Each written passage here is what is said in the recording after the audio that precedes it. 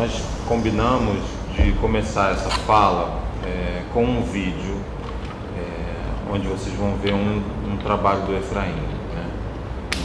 E aí depois do vídeo a gente começa efetivamente a conversa. Então vamos começar pelo vídeo.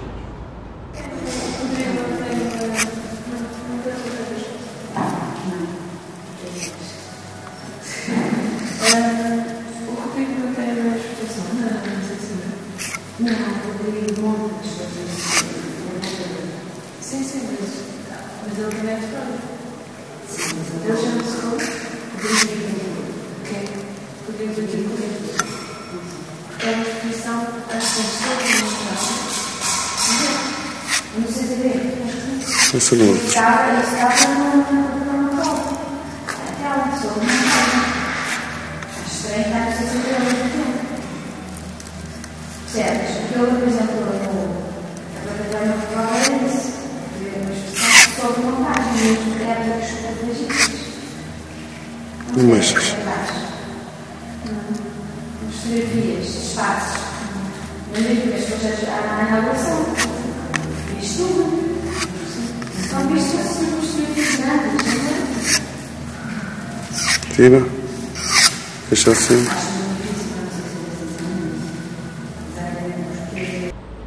Esse vídeo, ele mostra, na verdade, um trabalho que o Efraim fez comigo, né, em Portugal, numa exposição que nós fizemos em Guimarães.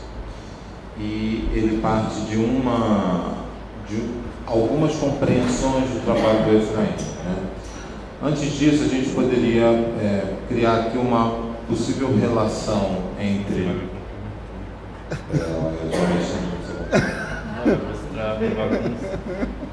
uma possível relação entre o nosso trabalho. Eu comecei a desenvolver uma tese de doutorado em 2001 e nessa tese de doutorado eu tinha uma questão que era a pesquisa sobre a arte contemporânea brasileira e possíveis relações com a identidade, né, ou a brasilidade.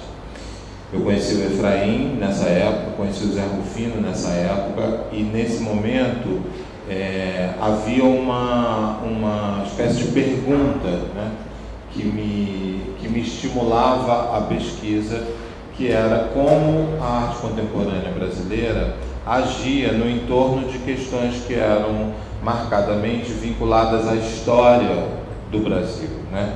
A compreensão não só de fatos, como também de sentimentos, de situações imateriais, como a ideia da religiosidade e outros assuntos. E o Efraim vai produzir uma imagem como essa, né, que na verdade liga o trabalho dele a algumas situações importantes para a gente discutir aqui, né? Nessa fala, nessa nossa conversa, nessa entrevista, nós combinamos inicialmente, de certo modo, de criar uma percepção muito focada, eu diria até quase que restrita, de interesses propriamente do artista sobre as suas referências, o seu trabalho e essas imagens que vão aparecer na produção. E aí eu queria começar essa conversa por esse ponto. Em vez de começar por um âmbito mais geral, a gente vai começar por um âmbito bem específico. Esse trabalho e essa possível relação, né? De onde vêm esses olhos? Essa é a primeira questão. Boa tarde. Em primeiro lugar, eu queria dizer que é um prazer estar aqui. É a primeira vez que eu estou... O Marcelo também está dizendo que é um grande prazer estar aqui. É a primeira vez que eu estou aqui nessa cidade, Ribeirão Preto. Agradecer ao Josué, aos produtores, ao museu. E dizer que é uma grande oportunidade de conversar, e eu acho que alguns pontos que a gente decidiu é exatamente em função do formato, né? Então eu sempre acho muito chato ficar falando sobre o trabalho, dizer esse trabalho é feito, e é a data e foi feito. Eu acho que é interessante falar pontualmente sobre alguns trabalhos e as questões que esses trabalhos suscitam e as questões que me interessam ou me interessavam quando eu fiz esse trabalho. Esse trabalho do vídeo, na verdade, é o final da exposição, uma exposição em Guimarães, eu não sei quanto foi. 2011, porque era então Guimarães, em Portugal, né, uma cidade que tem umas características muito especiais que mistura a arquitetura barroca com contemporâneo e moderno. Assim. Então é uma cidade que tem essa característica que é bastante interessante. E eles me convidaram para fazer um individual lá, que era uma antiga fábrica de tecido, um espaço gigantesco, assim, onde acontecia todo o evento. Então, os espaços eram divididos, espécies de galerias ou salas de vídeo, espaço para auditório. A gente fez, antes da exposição, a gente fez um debate com o público. E esse trabalho, que eu considero também autorretrato, porque ele é feito, é uma incisão direta na parede, em que eu cavo a parede, depois eu faço uma pintura a óleo e a partir dos meus olhos, obviamente tem todo esse referencial não só autobiográfico, mas tem a relação também, o vínculo religioso, porque tem uma história direta com essa história da Santa Luzia, que é também a partir de um outro projeto que eu fiz com o Marcelo, que a gente fez um projeto chamado Sertão Contemporâneo, de alguns artistas, do Rufino Zerbini, a Brígida Baltar, a Rosângela Renault, Delson Show, participavam desse projeto. A gente viajava, cada um de nós, para um sertão, para um determinado lugar do sertão, e desenvolvia um trabalho a partir da experiência de viver esse período lá, desenvolvi um trabalho. E eu fui, como eu nasci no sertão, eu não me interessava de ir para o meu sertão, que eu já conhecia. Então eu escolhi uma cidade que eu não conhecia, que era Mossoró, no Rio Grande do Norte. E eu fui para lá e comecei a trabalhar com essa história dos olhos, porque, na verdade, eu descobri que a padroeira do lugar era Santa Luzia, e aí tinha toda uma história do olho, de como o artista lida com essa questão da percepção, e aí tinha esse paralelo com a questão religiosa do lugar de Santa Luzia, e tem a história do sertão, que as pessoas ficam cegas por causa da luz, então as pessoas têm muito problemas de cataratas e vão perdendo a visão porque a luz é muito intensa. Então, pegando todas essas informações e a partir dessa história, eu desenvolvi um trabalho com os olhos para esse projeto com o Marcelo. E que eu fiz aquarelas, na verdade, que era uma espécie de diários, de anotações que eu fazia no hotel, no quarto do hotel eu ficava desenhando, e na verdade eu ia na história da cidade, imagens que passavam na televisão, imagens que tinham um referencial de solidão, de isolamento. Eu ia pegando essas imagens de diversas fontes, assim, e ia fazendo essas aquarelas como uma espécie de diário, porque a gente estava também trabalhando muito com uma ideia meio dos pintores viajantes, ou mesmo dessa ideia do diário, né?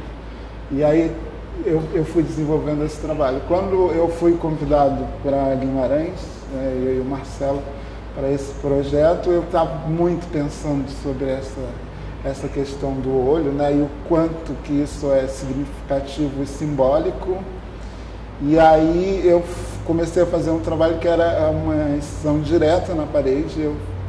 Eu fiz então um autorretrato que ficava no centro da galeria, super pequeno, assim, em madeira.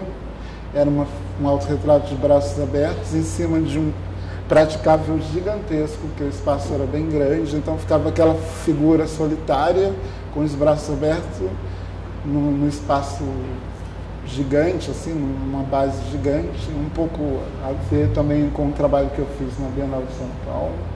E tinha esses olhos na parede. E durante a desmontagem, era simplesmente ir lá, retirava a escultura e tapava os olhos, né? E aí, quando ele foi desmontar o trabalho, ele fez esse vídeo, ele me mandou o vídeo. E aí eu achei que o vídeo, de uma certa forma, ele sintetizava todas as questões que eu pensava, né? Essa história do apagamento, essa espécie de cegueira, tem uma relação direta com a ideia de morte. E também, simbolicamente, essa coisa que o trabalho volta para dentro da parede e a exposição desaparece. Então, havia ali nessa imagem do vídeo várias questões e possibilidades reflexivas sobre o trabalho que me interessavam. Então, esse vídeo acaba meio que sendo uma síntese de tudo o que eu estava pensando e do que a exposição e o projeto significavam para mim. Então, como a gente combinou, agora a gente vai abrindo mais, né? Começa numa imagem específica e vai abrindo o diálogo. Eu também pensei que poderia ser muito proveitoso que a gente percebesse um pouco como se dá o binômio, né? Como é que eu consigo me aproximar de uma imagem e tirar dela situações, reflexões. E nesse caso, continuando a comentar esse interesse por uma ideia de brasilidade contemporânea, né? A ideia da identidade na arte brasileira, o Efraim me trazia, então, mesmo antes de eu o conhecer, imagens que eram obviamente vinculadas a situações icônicas como essa, Olhos de Santa Luzia, e ao mesmo tempo eu acho que há uma observação que a gente deve fazer sobre esses trabalhos, que é uma observação sobre o modo de editar uma história, né? Então o Efraim Almeida ele vai conseguir criar uma edição dentro de uma narrativa que é uma narrativa, primeiro, aderente à história bíblica, uma história religiosa. E, por outro lado, uma história que vai atravessar o próprio corpo dele e que também acontece, e talvez por isso também a gente tenha dois artistas aqui da mesma geração, e Tiago vem também com questões muito próximas, também um artista com quem eu já trabalho, quando o Brasil atravessa o meu corpo. Essa era a minha questão, né, para essa noção. O corpo, na verdade, que seria o corpo da Santa Luzia, é substituído pelos olhos que são os olhos dele, né? Então há um empenho pelo autorretrato. Ao mesmo tempo, há uma questão muito importante, uma narrativa grandiloquente, né? Uma narrativa mais ampliada de Brasil, que a gente via, por exemplo, nas pinturas do século XIX, nas batalhas, na independência, nos fatos históricos, agora está muito próxima de um sujeito, de uma história, e ao mesmo tempo essa história ela volta para o espaço ampliado de uma galeria ou de uma exposição, no Brasil ou fora do Brasil, sem necessariamente precisar que a história seja contada como um todo, completamente. Então eu queria aqui propor esse ponto também de diálogo, né? Ele precisaria colocar a imagem da Santa, por exemplo, né? Ela vai ser editada por situações que já estão discutindo a arte contemporânea. Então, situações onde ele vai instalar o relevo, aquilo é um relevo, né? Diretamente na parede, e ele ocupa o espaço expositivo. E essa era a minha curiosidade na tese de doutorado. Como é que você sai de uma história como a história de Santa Luzia, né, com um artista que nasce no interior do Ceará, que tem contato com a religiosidade como um cotidiano, e como é que isso atravessa essa compreensão local específica e chega a uma compreensão de um trabalho, né? Então, acho que uma segunda pergunta que eu faria, ou um comentário, seria essa possibilidade de edição da história, né?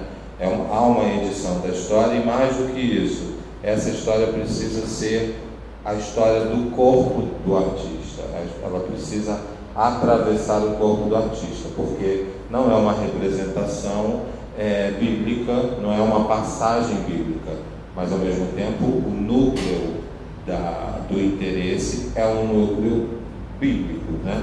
Há um filósofo chamado Agamben, muito citado hoje, que ele fala, ele cria uma diferença entre uma ideia de aderência, que seria essa, eu vou fazer e contar a história de Santa Luzia, e um outro conceito que ele chama de intempestividade, que é o desafio para uma obra de arte. Como é que você atravessa a aderência? Ou seja, o que você vai fazer quando você retirar a Santa Luzia dessa história? Como é que você sobrevive a uma narrativa que não é uma narrativa óbvia e explícita, específica de uma história bíblica? Não é uma passagem bíblica, mas sim um interesse. E o que o Agamben vai dizer é: a obra de arte precisa ser atravessada e atravessar. Ela precisa criar um corte qualquer, onde essa aderência não seja o único objetivo, pintar a história da santa, o que poderia ser feito com outras características. Mas nesse caso, há no trabalho do Efraim um interesse, uma observação muito grande, a gente já conversou várias vezes sobre isso, justamente para retirar da religião ou do primeiro contato, até porque esse primeiro contato não sobrevive na última história, né? Ele não sobrevive ao modo como você vai criar a intervenção, você vai ter que pensar em outras coisas. E nesse pensamento, essa história, de certo modo, ela é abandonada.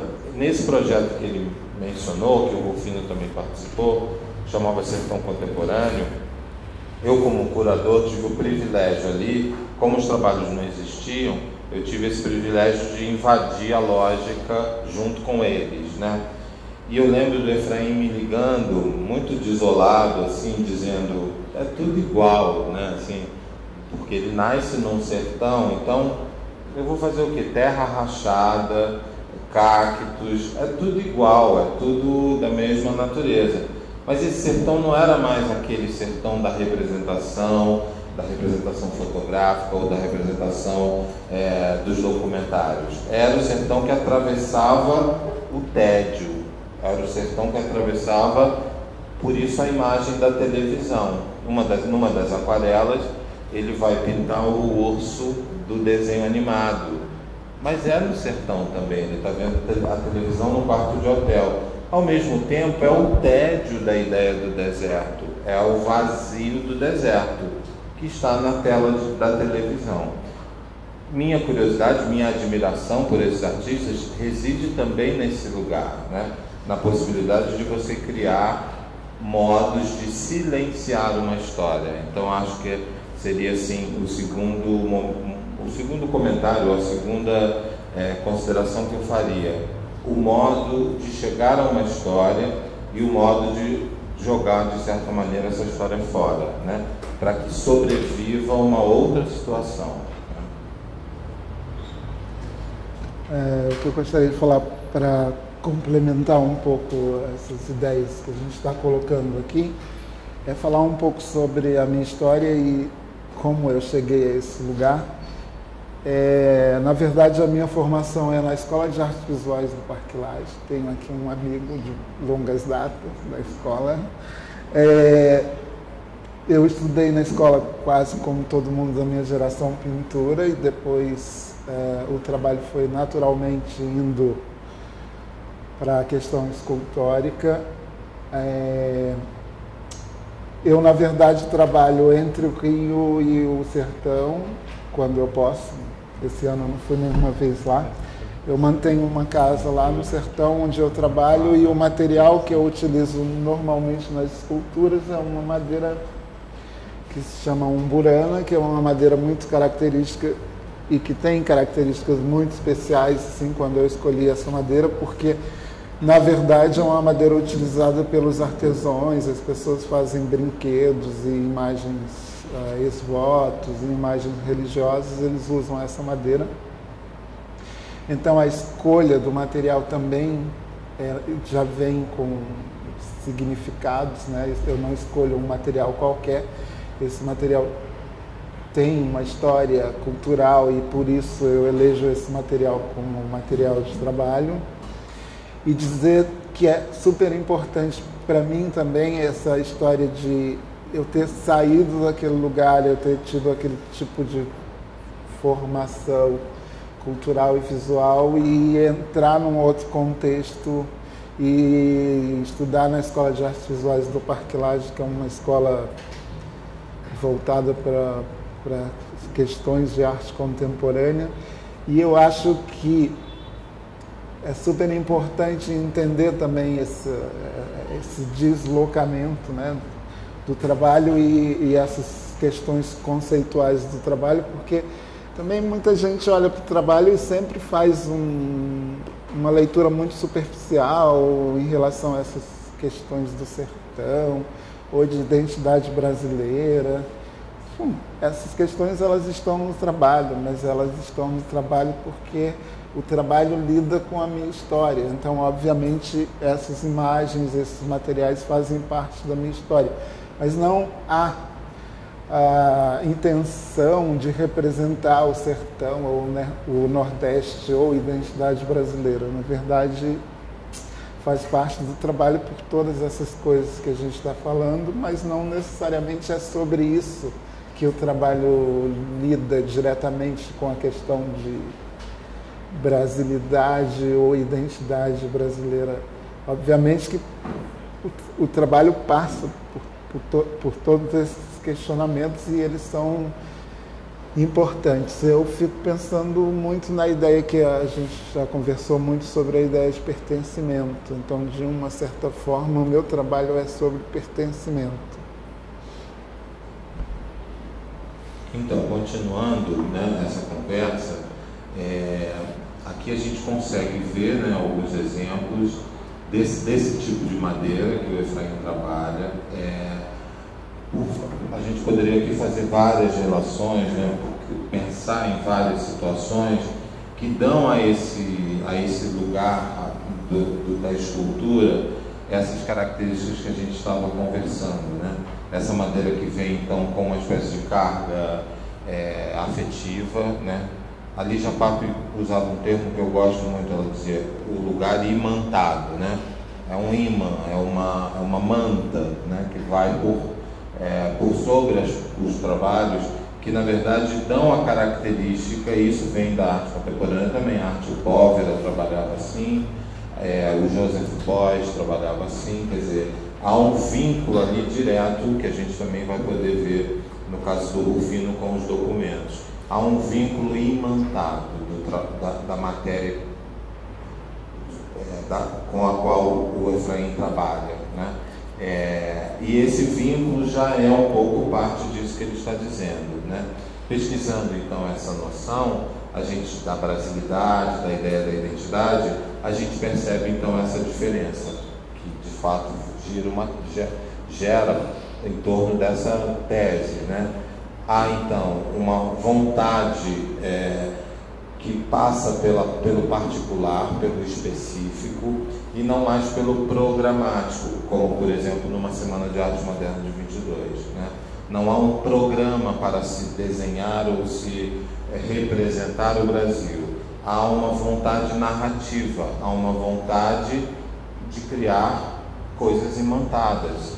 São os materiais que guardam a memória, mas não necessariamente o artista se posicionando diante de uma história muito ampliada ou de querer dizer o que é o sertão. Isso é assim, claramente diferente na compreensão, por exemplo, entre a arte moderna e a arte contemporânea brasileira. Na arte contemporânea você tem as micronarrativas, as histórias que são individuais, né? Aqui a gente tem o trabalho da Bienal de São Paulo, né, onde o Efraim também usou essas bases, né, e a gente vê nas esculturas essa relação de escala que é fundamental. E tem uma polêmica aqui que eu posso fazer a pergunta para cutucar um pouquinho o Efraim, né, que tinha uma história disso ser lido como miniatura, o que o deixava apavorado no momento, porque tinha gente que lia e que não percebia o trabalho, né? Num dos pontos ele mesmo colocou relações de agressividade, relações que são de outra natureza e que não são propriamente na miniatura, né? Isso é uma representação do corpo, isso é um corpo, mas não é propriamente o vínculo da miniatura. Miniatura tem outras questões, né? Ao mesmo tempo, essa condição, e aí isso eu aprendi muito com o trabalho do Efraim, do Rufino e de outros artistas, que é você ter a presença deste eu, né? Então, ainda que eu dissesse, não, ele está tratando do sertão, ou do Brasil, ou da brasilidade, era ele. E aí, o que eu faço com aquela imagem, que na verdade o tempo todo insiste em afirmar a sua própria imagem, o seu próprio rosto, o seu próprio corpo. Então, o tempo todo, no momento em que se tentava produzir os vínculos, né? Efraim, nascido no interior do Ceará, trabalhando com uma madeira que tem vínculos religiosos ou do artesanato popular, ele estava ali. E não há, na prática da arte popular, os autorretratos não são como a gente percebe aqui. Ao mesmo tempo, obviamente, há uma condição que é dada por outros elementos da arte contemporânea, que é dada pela repetição do minimalismo, que é dada pela própria presença, e lá atrás tem o Leonilson, dessa narrativa afetiva em primeira pessoa.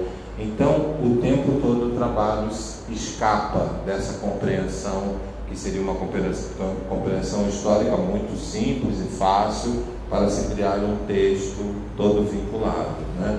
E aí uma das questões que eu queria colocar era sobre essa ideia da escala, né? Que a gente pode perceber bem aqui nessas imagens que vocês estão vendo, né? Propositadamente essa discrepância, ou esse choque entre bases imensas e as esculturas menores, né? Então, acho que podia ser esse um comentário. Então, é muito interessante pensar na ideia de escala e não... Por isso que eu me incomodo com essa história de miniatura, porque eu acho que miniatura entra na questão do fofinho. Ai, que bonitinho, um mini mundo. E, na verdade, eu não estou falando de mini mundo nenhum, eu estou falando do mundo que a gente vive, e essa imagem nessa escala, ela tem muito mais uma relação com uma questão de memória. Eu gosto sempre de falar de uma história que... quando minha família e eu, quando a gente morava em Fortaleza, a gente ia sempre no centro da cidade, eu, a minha mãe e os meus irmãos, no sábado, para fazer compras, e a gente passava em frente do Teatro José de Alencar e tinha em frente uma Iracema, que era um relevo em bronze.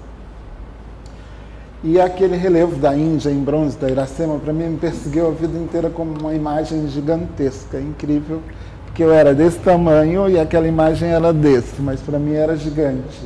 E anos depois, quando eu volto para Fortaleza, estou andando no centro da cidade, e que eu encontro aquela imagem que era gigante na minha mente, era uma imagem desse tamanho, o que foi uma grande decepção para mim, porque aquela imagem era sempre muito potente, e com uma escala gigantesca na minha mente, e eu chego diante daquilo anos depois e é uma coisa minúscula, insignificante.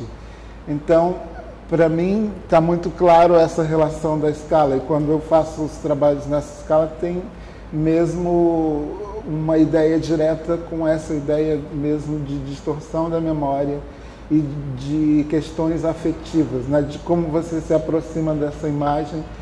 E era muito interessante perceber as pessoas durante o período da Bienal, a relação que as pessoas tinham com essas imagens. Primeiro, que foi esse trabalho foi muito, muito, muito fotografado, porque as pessoas ficavam sempre criando relações do corpo com a escala do trabalho, e que de uma certa maneira o trabalho tem uma certa fotogenia nesse sentido. As pessoas ficavam fotografando, e eu recebi muitas imagens de pessoas que eu não conhecia do trabalho e da relação delas com o trabalho e uma relação de escala.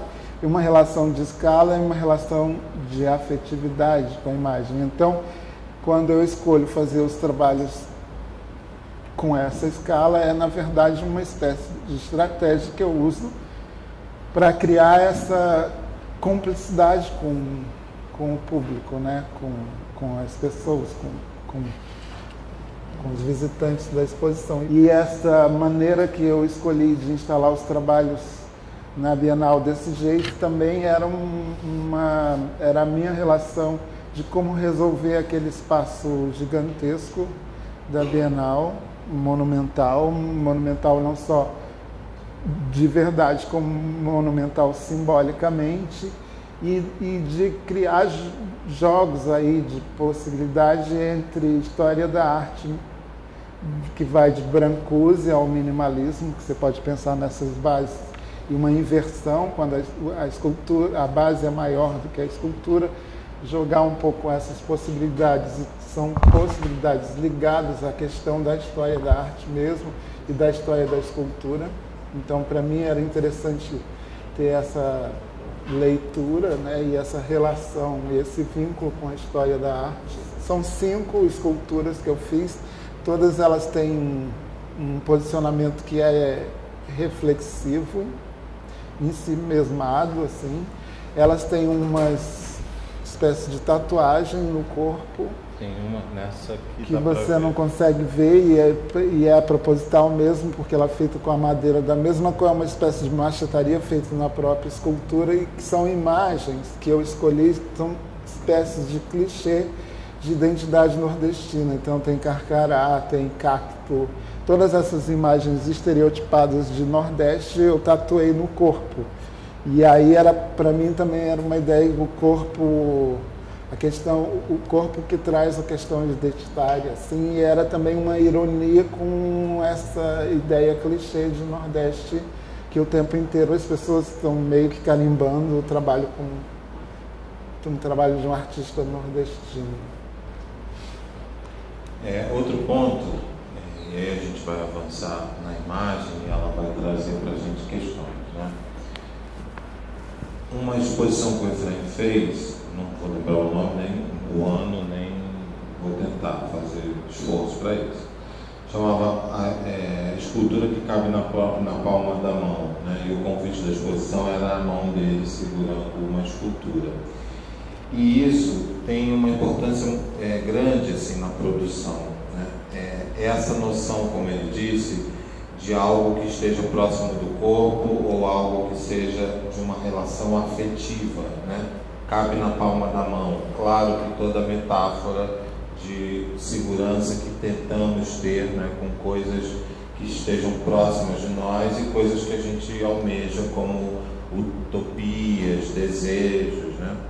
Essa relação, ao mesmo tempo, das mãos, né, de novo, parte para vínculos com a ideia da religiosidade, né, da oferta, da ideia de dádiva, que é outra questão importante para o trabalho do Efraim, que é esse momento onde ele oferece ao espectador, oferece o trabalho ao espectador, né? Esse para mim é um trabalho emblemático por conta disso, né?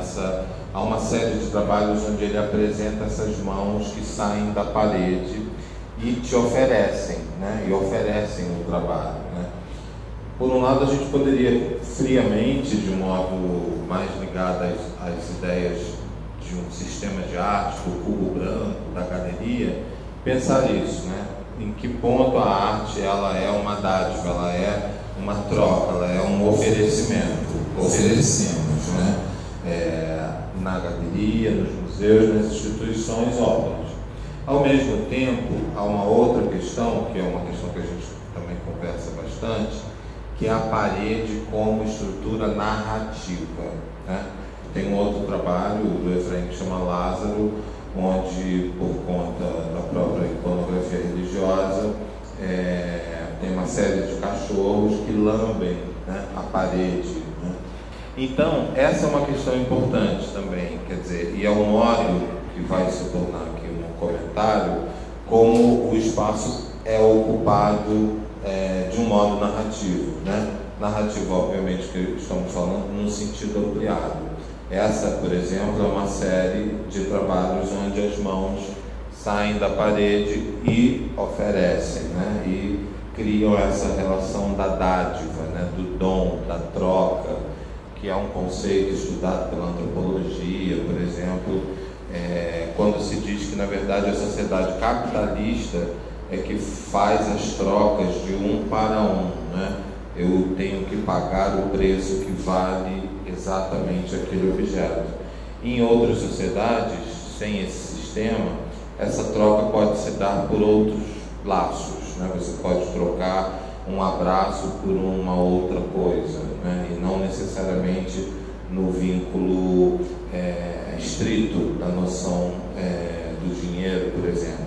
E é bacana perceber, quando o Efraim atua nessa situação, que ele também está atuando, né, num vínculo que é obviamente imaterial, que não se calcula, que é o vínculo do afeto, por um lado, e por outro lado o vínculo de uma relação da religiosidade, né, que também se configura com essa imaterialidade.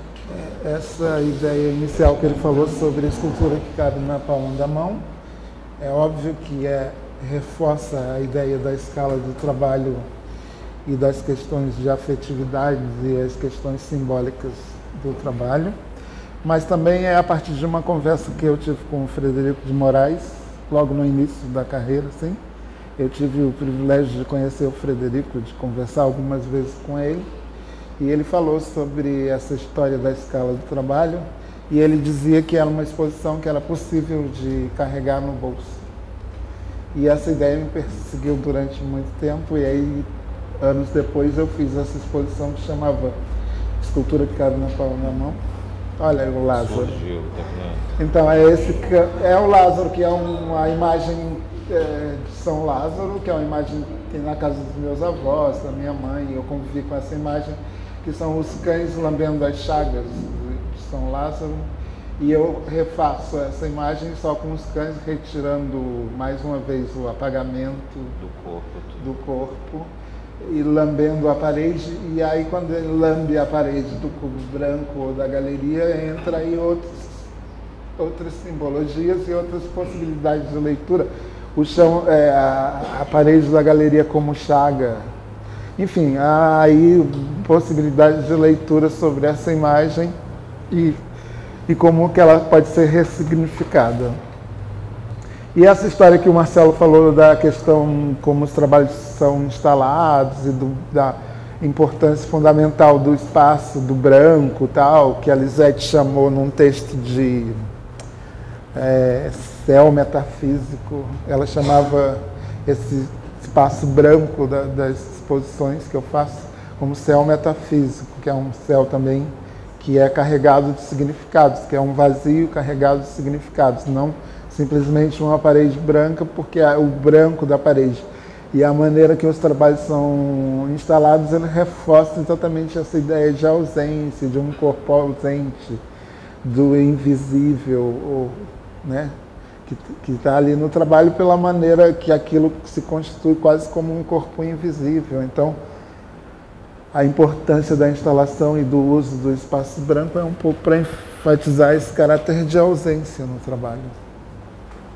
Eu queria, então, aproveitar os 10 minutinhos finais para abrir para as questões, para as perguntas, né? A gente usa mais ou menos 10 minutos para esses comentários.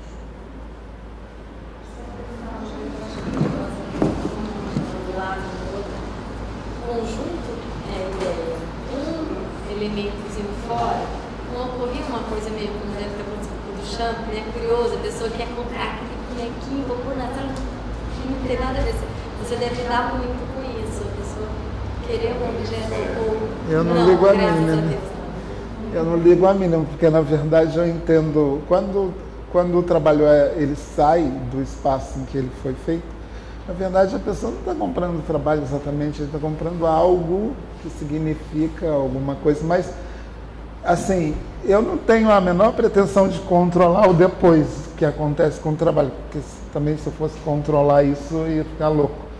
Mas eu penso nisso, que, na verdade, quando a pessoa compra o trabalho, ela não compra exatamente o trabalho, porque ela não compra o espaço da galeria, ela não compra as coisas conceituais que aquela instalação significa. Então, eu na verdade, eu sou um bocado desapegado dessa ideia, porque eu não quero pensar sobre isso, porque o trabalho, no momento que ele é mostrado, ele está ali pleno, ali é o trabalho. O que acontece depois. Mas eu acho que é sempre mais uma relação.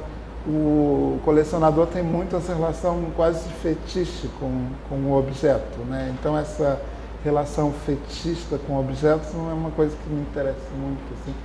Até porque é um trabalho tão carregado de sentidos, até mesmo do fetiche, né? Você pode pensar em algum aspecto fetiche do trabalho. Então, mais esse dado do colecionador que vai comprar, isso não me interessa muito, não. Você saiu de Fortaleza e aí foi estudar em Rio de Janeiro, né? É mais ou menos, é uma história um bocado complexa. Essa coisa de fazer na madeira, isso aí é uma coisa bem da infância? Como é que surgiu essa coisa do trabalhar madeira? Era uma vez, assim, né? Era uma vez um menino que era filho de um carpinteiro, meu pai é carpinteiro. A minha casa sempre foi uma mistura, na minha casa no sertão. Sempre em Fortaleza e... Não é.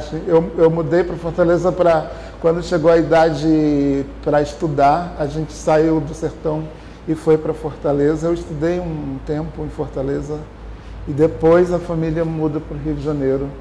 Você já traz para o Rio de Janeiro, você já tinha essa coisa de estar brincando com isso? É um pouco por isso que eu falei, né? Porque era um ambiente, a minha mãe é costureira, meu pai é carpinteiro e a casa sempre foi uma mistura. A gente nunca teve exatamente uma casa tradicional com sala. A sala era cheia de máquinas de costura. E no quintal tinha a oficina do meu pai. E é um lugar de escassez também. Então a gente não tinha brinquedo, não tinha televisão, não havia luz elétrica. E eu fazia os meus brinquedos, e o espaço da oficina do meu pai era um espaço lúdico, era um lugar que eu podia ficar ali inventando coisas com as sobras dos móveis e das coisas que o meu pai ia fazendo. Eu ia pegando as sobras e fazendo. Obviamente que a história não é tão simples e que não se dá dessa forma. Agora a gente pode ler dessa maneira, que eu posso fazer, eu posso pensar toda a minha história das imagens, das coisas que eu convivi, para entender um pouco, porque que não é tão simples assim, né? Na verdade, também essas associações e essa espécie de história construída, ela vai se dando com o tempo que eu vou começando a perceber determinadas coisas que têm a ver com minha história. Mas eu acho que também é por vias tortas, não é tão simples. Agora parece tudo muito simples, que as coisas vão se encaixando, mas não é bem assim, é muito mais torto, né? É muito mais fragmentado, menos linear. Não sei se você era um artista. E olha, a gente vai entrar naquele assunto de ser um artista, que é super complexo. E de artista que transforma o mundo é mais complexo ainda, porque, na verdade, é uma coisa que eu estava pensando muito sobre essa história da responsabilidade que é falar para as pessoas, que é um pouco, para mim é sempre um pouco incômodo falar. Primeiro, quando a gente assume essa posição, até mesmo a posição de estar numa mesa diante de uma plateia, já foi estabelecida aqui uma hierarquia que eu tenho coisas super importantes e preciosas para dizer para vocês. Essas coisas especiais, preciosas e importantes, elas são especiais, preciosas e importantes para mim e para a minha história como artista. A ideia de mudar o mundo, que é até um trabalho icônico do Leonício, que ele fala, Léo não consegue mudar o mundo. E nem o Efraim, ou seja quem for, consegue mudar o mundo. Eu acredito nas pequenas transformações. Eu acredito que nascer no lugar em que eu nasci, nas condições que eu nasci, de não ter nem a ideia do que era arte.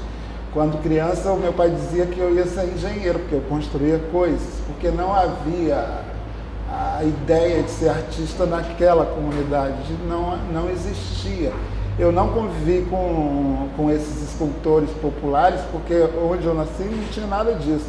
Teve um cara que foi fazer um vídeo sobre essa sua vida, que foi a coisa mais ridícula, porque ele foi comigo, ele ficou na casa dos meus pais, ele ficava dormindo na rede ali, conversando com meu pai, com a minha mãe, indo na oficina, aí tinha assim, final da tarde, uma luz incrível, dourada, assim, aquela luz do sertão. Eu falei, vamos fazer agora. Ele dizia, não, essa luz ela é muito clichê do sertão.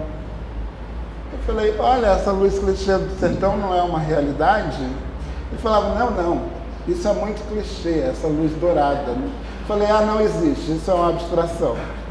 Aí a gente foi diante de um rio, e o rio estava completamente tomado por uma vegetação aquática verde, então era o rio totalmente verde, era lindo cromaticamente. Eu falei, eu quero fazer essa fala em frente desse rio. Ele dizia, é muito verde, no sertão não tem verde. Eu falei, que sertão você está falando? De que clichê você está falando? Então eu acho também que existe, né, toda essa ideia e esses clichês e essa ideia de identidade do Nordeste, assim. Obviamente que eu tenho uma ligação com essa história, eu vivi essas coisas e a natureza é muito presente no sertão, as histórias, as crenças são muito presentes, né? Tem um determinado pássaro que passa sobre a casa, se a pessoa estiver doente e aquele pássaro passar e cantar daquele modo, a pessoa vai morrer.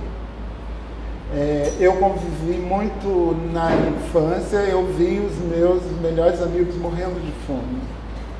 Obviamente existe toda essa vivência que é trágica. O meu trabalho ele não é tão fofinho, ele também é trágico. Se você se aproxima de alguns trabalhos, você tem a presença das feridas, das chagas. A ferida na parede, o cão lambendo a ferida, é referente a esse momento que também é trágico, mas também que eu não estou afim de falar sobre, eu não estou afim de me colocar no papel de um pobre coitado que veio do sertão, sabe? Assim, gente que venceu na vida, que é um exemplo, sei lá, não sou exemplo para nada. Eu só sou, e eu acho que a transformação está exatamente no trabalho, está nessa história, está no modo como eu lido com essa história e de como eu vou adiante com o meu trabalho, não necessariamente. Eu acho que a grande questão política, se pode falar, é exatamente essa questão de transformação, mas é uma transformação que não é muito pretensiosa. Eu não quero transformar o mundo, eu acho que a vida dos meus pais melhoraram, ou da minha família, e isso já é uma grande transformação. Eu poder pagar uma pessoa para trabalhar junto comigo, um estudante de arte, isso vai dar para ele condições de continuar o trabalho dele, isso é uma grande transformação, né? Eu acho que, assim, na verdade, as grandes revoluções são sempre a partir de gestos muito simples, né? Eu acredito no pequeno gesto e nas grandes transformações a partir do pequeno gesto. E uma outra coisa também é que a gente, assim, eu e o Marcelo, a gente tem essa prática de aula, assim, como professor, e eu acho muito grave. Hoje em dia as pessoas não pensam em arte como transformação ou como algo que é muito caro e significante para a pessoa. Hoje em dia as pessoas, em debate sobre arte, as pessoas estão falando sobre mercado o tempo inteiro, sobre mercado. Artistas muito jovens, a gente tem até um caso muito engraçado de uma aluna nossa que foi selecionada para uma exposição na escola, que era uma espécie de, depois de muitos anos, a escola resolve então mostrar os alunos e faz uma seleção de alunos, e aí essa senhora, ela é escolhida, que ela é muito engraçada, e aí ela é escolhida para a exposição. Aí depois da exposição ela chega para o Marcelo e fala assim: Marcelo, vamos falar sobre galerias. E assim, eu falei, gente, tem algo que está muito estranho nesse mundo que a gente está vivendo. Realmente as pessoas só pensam em mercado, em vender, sei lá, eu acho que existem questões que são muito maiores e mais significativas. A gente agradece muitíssimo, prazer. Não falei no início, eu cheguei no meio, atrasado, mas agradeço muito ao Josué e à produção. Dizer que é um prazer ao museu e também é a primeira vez que eu estou aqui, então a gente já tinha ouvido sempre histórias boas